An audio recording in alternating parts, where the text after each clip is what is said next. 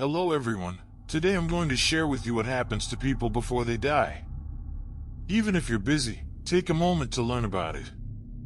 In human society, death, this natural phenomenon, has been the focus of religion and philosophy for thousands of years.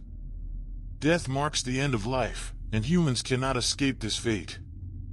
Mentioning death often invokes fear because it's mysterious, painful, dark, and seemingly void.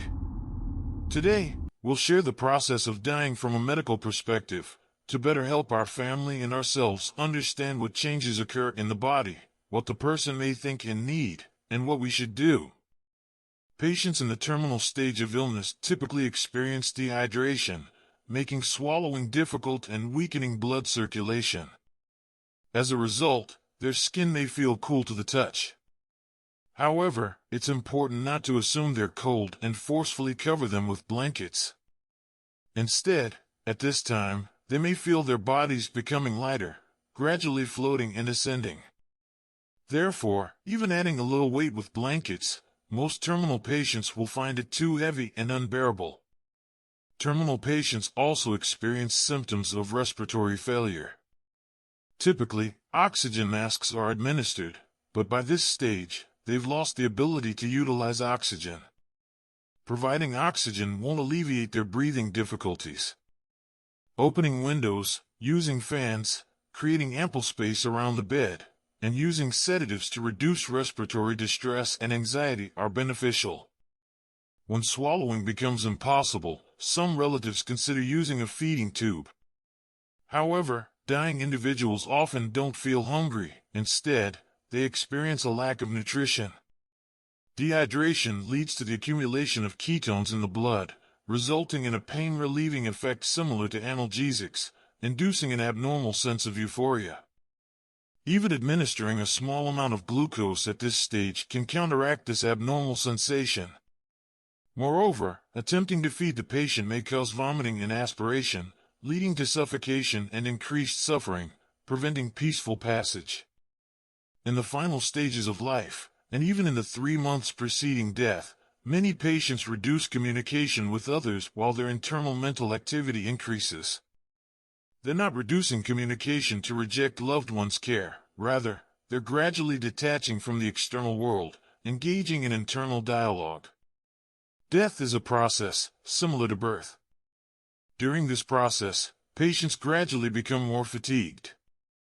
Over time, they sleep more and wake less, sometimes transitioning into a coma-like state during sleep. It's important for family members to communicate with the patient during suitable times and not wait until the last moment when it may be too late. Before death, individuals enter a state of relaxation, with oral muscles becoming lax. They don't consciously clear the mucus and saliva from their throats while breathing, resulting in loud, unsettling noises referred to as the death rattle. Although distressing for family members to hear, the dying individual is typically unaware.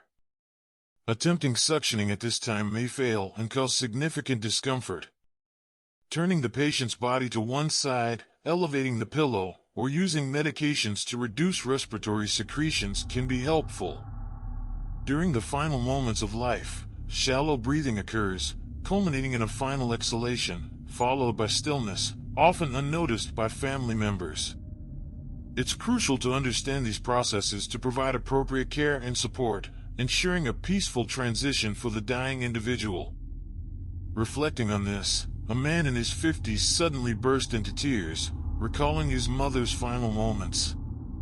He realized he had unintentionally caused her discomfort by trying to keep her warm with blankets and continuously administering fluids despite her lack of appetite.